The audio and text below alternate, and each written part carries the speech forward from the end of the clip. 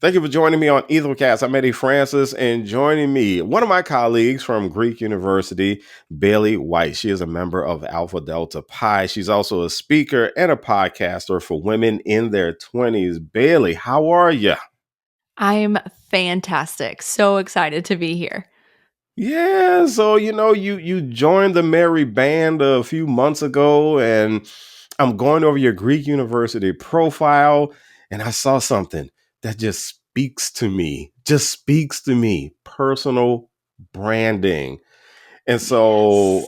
I mean, I love that stuff. So I figured, we got to get on here. We got to talk about it, especially as it relates to Greek life, and especially for young women. But I got to ask you, how did you get into personal branding? So it's so funny.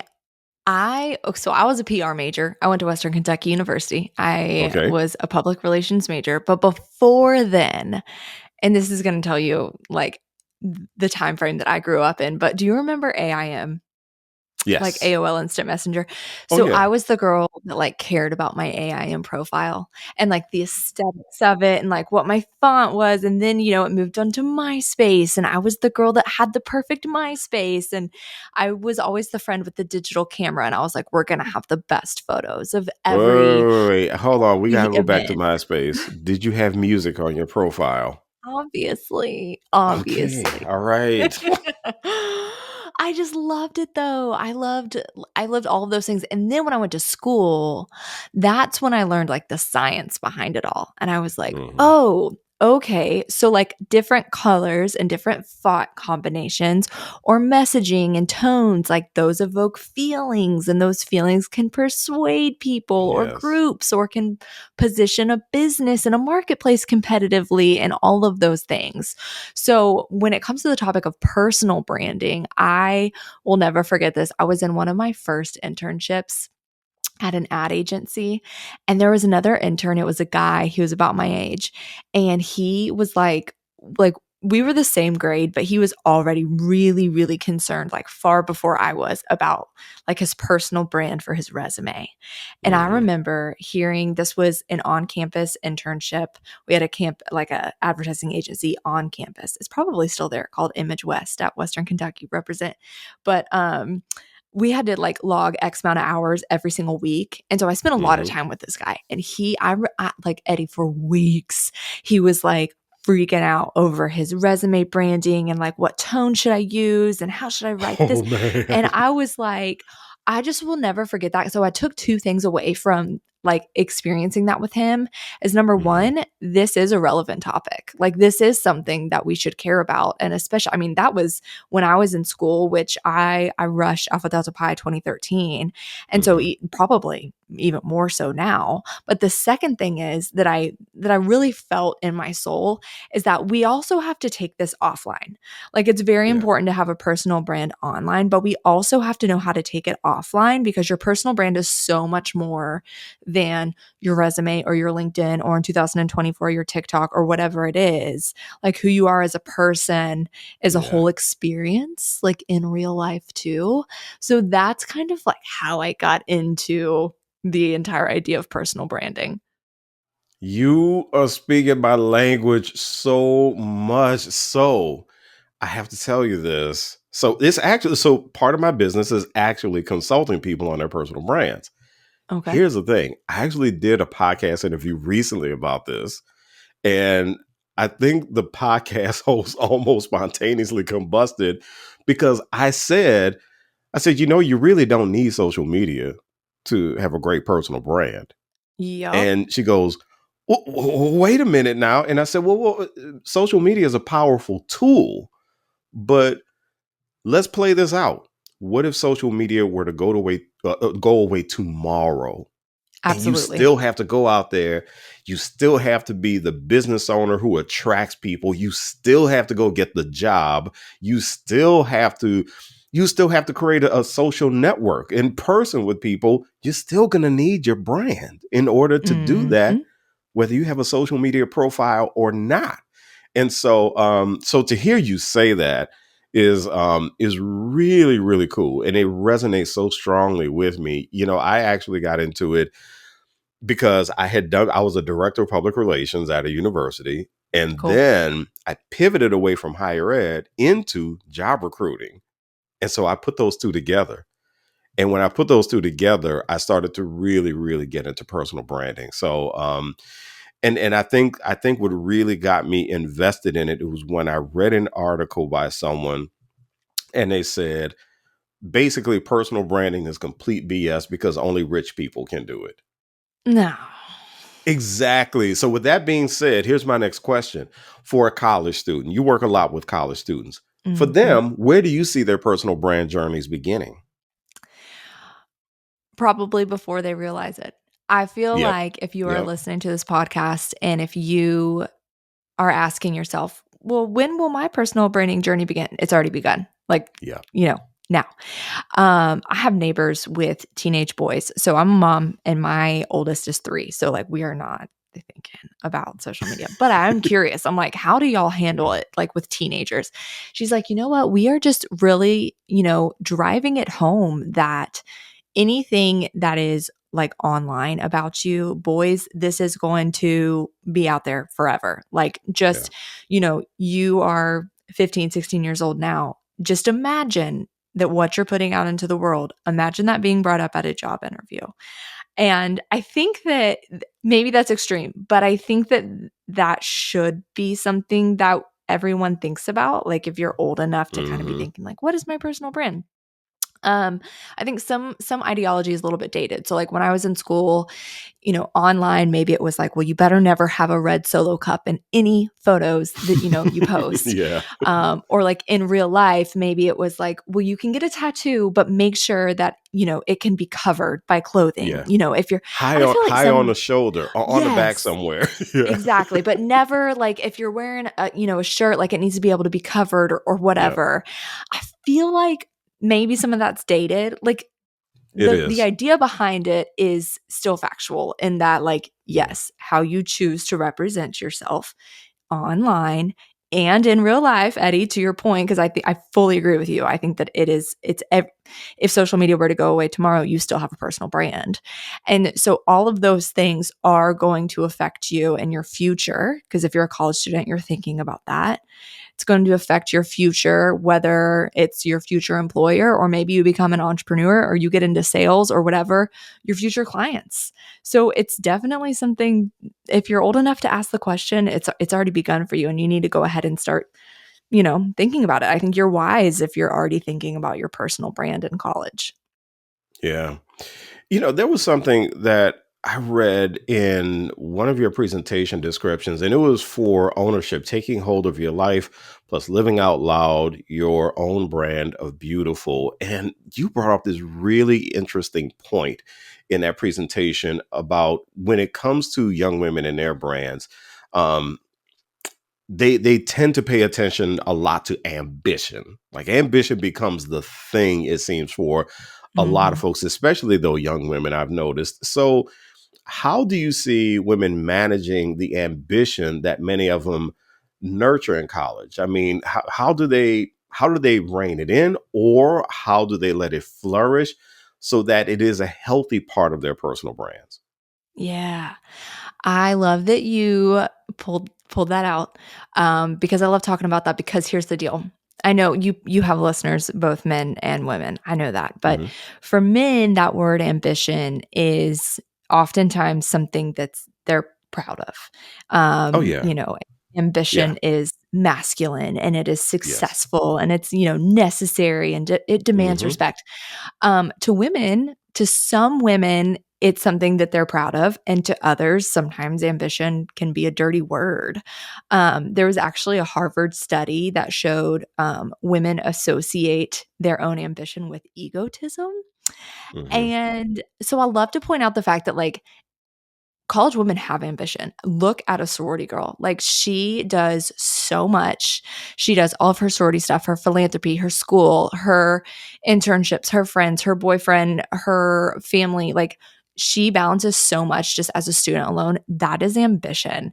Ambition doesn't have to mean being a boss babe and chasing down your career and getting all the degrees and the letters after your name. If it does, great. Awesome. Love it. But it can also just mean I'm going to be ambitious towards creating a life that I want to have. My brand of Yeah. beautiful is what I call it. What is a life that is beautiful as defined by you?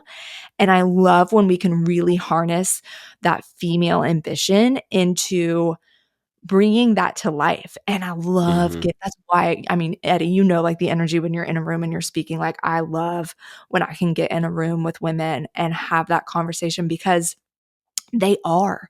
They are thinking about the future and they're asking the right questions Yeah. and I love to just empower women to use that ambition towards creating their own brand of beautiful, not having ambition towards creating maybe what the world tells them, Yeah. will It's be almost, it's almost like successful. ambition for the sake of ambition. Exactly. Yeah. Yeah. It's one of the things that I've noticed in talking to college students, especially, is a lot of times they actually want you to give them those clues. They Mhm. want you to kind of pull them out of the vortex of ambition for the sake of ambition, or doing college just for the sake of doing college, and they don't Yes. necessarily know how to ask about it, and they are still dependent on us. And but all they really need is for somebody to contextualize all of this stuff for them, whether it's in or inside the classroom. And I found that a lot of times personal branding is that tool that can really, really help them bring a lot of that together. What's it like for you when you have spoken to a college student or maybe a group of students and you've seen that light bulb come on? When somebody is like, so wait a minute, you mean to tell me that my presence is significant, even though I don't have some kind of title or something? What's that like for you? It's the best feeling in the world. Yeah. Exactly what you just said, doing college for the sake of doing college. It's like when you can see that, like, light bulb turn on upstairs where it's like, "No, why are you here?" Like, somebody's told you that you need to go to school because that's the next step that you're supposed to do, and you're supposed to Yeah. get this degree, and maybe what you're studying in school is because somebody else has told you that you need to be ambitious towards that thing because that's the right next step and yada, yada, yada. Hmm. To see the light bulb go off and see that you're not just here doing college for the sake of college. You're not just getting a degree for the sake of getting a degree. You're not just in a sorority for the sake of being in a sorority. That you Hmm. can use all of that ambitious ambition towards creating something that's going to be beautiful and fulfilling in your own life Hmm. for you. It's like, boom, that's why we do it. It's the best feeling in the world. Yeah, actually, so I had the pleasure of speaking to the National Panel in the Council and students who were interested in PhD life at Southeastern Louisiana University. And I started off last night by asking them, why are you here? Just why are you at this university? But then flipping a question to, when you get that degree, what are you going to do with it? And I think that really helps them put ambition in a really constructive context for themselves. It sounds like that's what you're saying. Like, just Exactly. having them understand that they've got to have some sense of purpose about what they're doing, in order to really, really do a good job. You're listening to Ethocast. I'm Eddie Francis. I'm talking to Bailie White, and she's a speaker and podcaster for women in their 20s. What's the name of your podcast, by the way? It's called the Your Brand of Beautiful podcast. So it's just, when you're speaking, you can tell your own story. And I wanted to create a space, which is exactly what my podcast is, that women could go to after they hear me speak and they can hear a bunch of other women's stories about how they created their own brands of beautiful in their life. And I'm an entrepreneur, so that's kind of my jam, that's kind of my story, but maybe somebody can't, emotionally relate as much to that as they could listening Yeah. to an athlete or a music artist or I wanted to bring a bunch of different people so that they could share their own stories to inspire women to create their own brands of beautiful in life, and it's so much fun. I love it. Oh, that's cool. So you also have a talk that talks to students and helps them understand how to manage their brands on and offline, which we alluded to a little earlier. What are some of the common mistakes, and what are some of the wins that you see coming from college students in managing their brands? I love this question. I'd be curious to hear some of your thoughts on it too. I think that we would be possibly dishonest if we didn't touch on maybe being too polarizing politically. Oh, it's like Mm, it's an election year on either side of the spectrum. It's almost, I mm, feel like personally that's a mistake if you're too extreme yeah. politically online. I think extremism, generally speaking, can leave an icky taste in some people's mouths. Hmm. I think uh, drunk photos. I think Yeah. profanity. I think for women, especially, being scandalous or in outfits or posing or whatever. Not that you have to be a stick in the mud by any means, but Yeah. Yeah. just being mindful. And I think a big mistake that I see online too is missing out on opportunities to engage with your audience in a positive way too. I don't know. What Hmm. would you Hmm. say? I'm curious what your thoughts are on that. I have to say that I have seen some students do some really good stuff. Like they will post, I just aced that test. Or they would post, I can't wait for this internship. And then they'll go and they'll do their internship pictures. But I've also seen students post some really cool stuff, like talking about what the internship meant to them and what they learned. Those are some of the great things that I've seen. You brought up some of the things I've seen that are missteps. But I think the biggest misstep for a lot of students is rejecting the feedback that they get about how they present themselves and writing it Mm, off as, oh, okay, you must be really old or something like that. And you have to explain to them, well, it's not about age, it's about how a company, an institution, or an organization wants to be represented by its employees, including the interns. And if a customer, a high paying customer, says, hey, I saw your employee doing ABC and saying ABC, I would like for you to put yourself in the owner's or the CEO's position. What would you do then?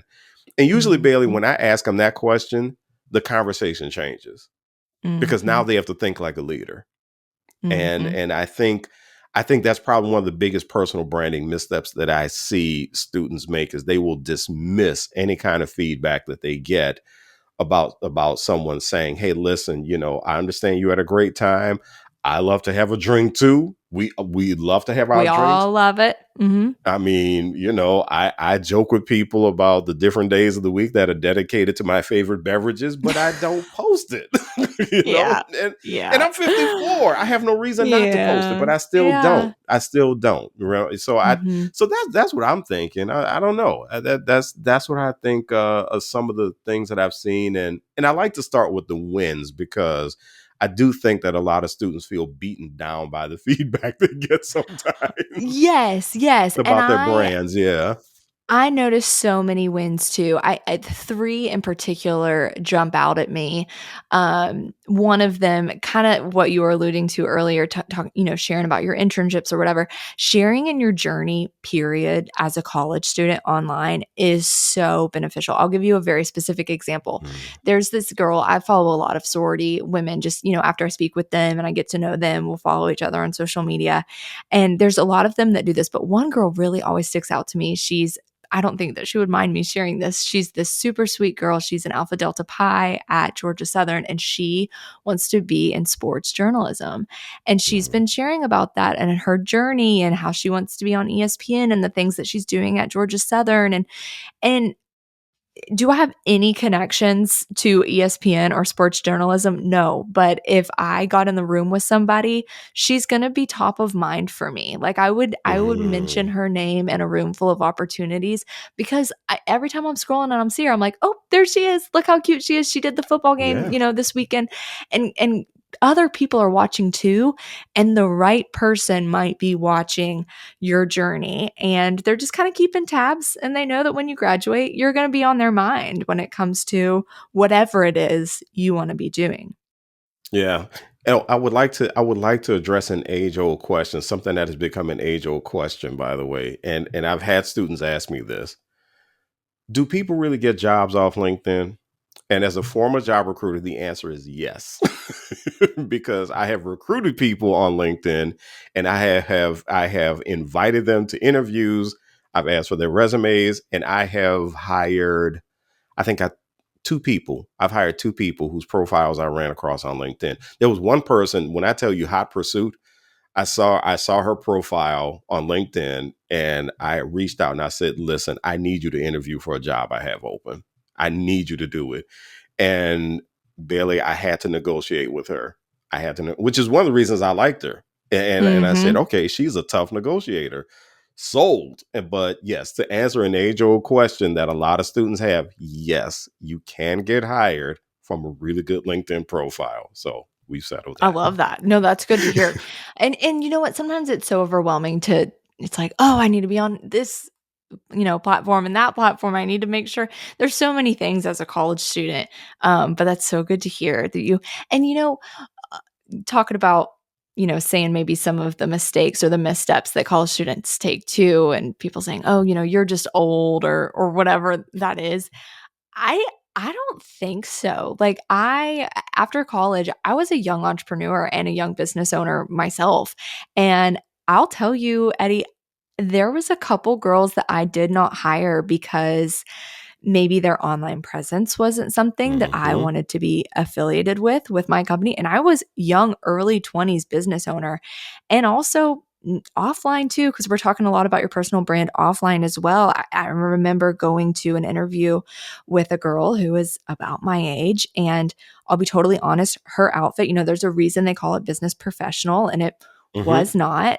And I thought, well, if she's going to, a business dinner representing our company, can I trust that I'm going to like the way that she's representing us? And so Hmm. it is all very real no matter your age. It is. I think that there was one student who told me that they didn't like the guidelines for a company that they wanted to work for, but it wasn't going to hurt them to follow them. And I was like, "Thank you. I Thank you. love If that. it's not going to hurt you, if they're not going to steal your soul, and if you feel you can maintain your authentic self, you feel like you can maintain your authentic brand, all you got to do is follow some guidelines. You've won. You've already won. You're in good shape." But I have to ask you something because you mentioned platforms. You don't have to be on a certain platform. When it comes down to, and I'm just dying to hear your answer on this. When it comes down to the platforms that students want to get on, my son, for example, he's 20 years old. He is not comfortable on all social media platforms. He actually barely likes social media. When you have a student who says, "I don't really like that platform," and it's a platform that is taken off, do Mhm. you say, "No, no, no, you got to get on that platform"? How do you deal with their not wanting to be on a certain platform, but maybe saying, "No, I'm much more comfortable on that platform"? How do you approach that? I'm going to debate myself here for a second, if that's okay, because That's perfectly okay. I can't wait to hear the debate. so here's the deal. When you said that your son is like, I don't really like social media that much, Hmm. I want to say, me neither. Sometimes Yeah. I don't love social media. But I think depending on the field that you're in or the place in life that you're in, maybe you're a college student and you can't stand LinkedIn. It's like, but you just, it's going to be one of those things. It's going to be one of those necessary. Sometimes I call Instagram my necessary evil. It's like, oh, I can't stand it. It gives Yeah. me anxiety sometimes. It's like, but I got Yes. to do it. I got to be there. If I'm trying to Hmm. pitch myself as a speaker to a group of sorority girls, they're going to check me out on Instagram. Yeah. So some of it is, you just need to, for the sake of, think of it like a part of your job that you just don't like, but it's part of the Yeah. job, and just got to put on your adult pants and deal with it. But then there's, my other side of the argument is, you don't have to be everywhere if it's not Yeah. necessary for you to Yep. be everywhere. And I don't think that you should try to put yourself in every which lane that is, possible for you to be on just for the sake of being there. Hmm. I think it's all very situational. I think it all depends on the field that you're trying to get into. There was a time in my life that I totally went off social media completely, and I did it for an Hmm. entire year, and it was a beautiful year. But What did to how much sleep did you get? Oh, I read more books that year Yeah. than I've ever read in my entire life. It Yes. was so good. There's so many things that were productive about it. But Yeah. then I went Yeah. into a situation where I was doing sales and I needed to be online. And it ebbs and flows. I think being flexible is key, and always remembering, which I'm so glad that you feel as passionate about this as I do, that your personal brand is your personal brand, whether or not you're online. So Mhm. it's key to always remember that. Dr. Walter Kimbrough, who is famously the hip hop prez, as he's known, a member of Alpha Phi Alpha, my frat brother, he, as a college president, or not even as a college president, but he made a real name for himself on Twitter. Every single Easter, as part of Lent, he does a social media fast, and Okay. so he does it every single year. A social media fast. It lasts about, what is it, 3 months or whatever. So he yeah, I mean he commits to this every single year, and he's better for it every single time. Hmm. And so I do think that you need that separation from social media, but I like the fact that you have these. I like the fact you have these adjustable pieces in talking about how someone can use social media for their personal brand, and really thinking about the platform. I mean, I think people forget LinkedIn is actually a professional network. Is not Facebook. Is not Instagram. It is not TikTok. It is its own thing. That's where I would nudge a student and say, no, go ahead, do this one, do this one. Hmm. Hmm. Everything else, though, I like your view that with everything else, you have to be flexible and you have to think Yeah. about what you can get out of it. For my son, again, for him, social media is a means to an end. He's an artist, so he shows his art, and that's his thing. That's all. That is all it's worth for him. He's not Well, he's not trying to make a gazillion friends and get a gazillion followers. Well, he does want a gazillion followers for the art, but he's just not trying to circulate himself that way. For him, it's about the product. I think that's a great point that you just brought up because, when you're talking about your personal brand, it's personal to you. So is your son on Mhm. TikTok doing the trendy dances? Probably not. Probably And you not. don't want But him doing them either. Not and that so dude. I think it's just about being true to who you are. I've been personally debating because I've had so many girls say, you've got to get on TikTok, you've got to get on TikTok. And I just haven't done it because it doesn't feel true to me. But, then that's where I can start to debate myself. I'm like, well, should I be there? Because the sorority girls are on that. But that also doesn't feel like me. And I don't want to be on there doing all of the TikTok things. And so, anyways, I think there's an element of just being true to yourself and knowing what purpose is driving you on certain social media platforms. Yeah, get ready for some heavy Mike Ialon peer pressure on TikTok, okay? I know, Mike. If you're listening to this, don't tell me. Oh, he was the guest on the second episode. Just get ready for it. So, let's talk about personal branding specifically in Greek life, because that, to me, that's it's kind of fascinating. How do you see it different? How do you see personal brand working differently for fraternities and sororities? Um, so as far the two things that come to mind to me when it comes to like sororities and fraternities too. I've never been on fraternity, but the first thing that comes to mind for me is like good standards. I think that Yeah. that really sets sorority and fraternity members apart.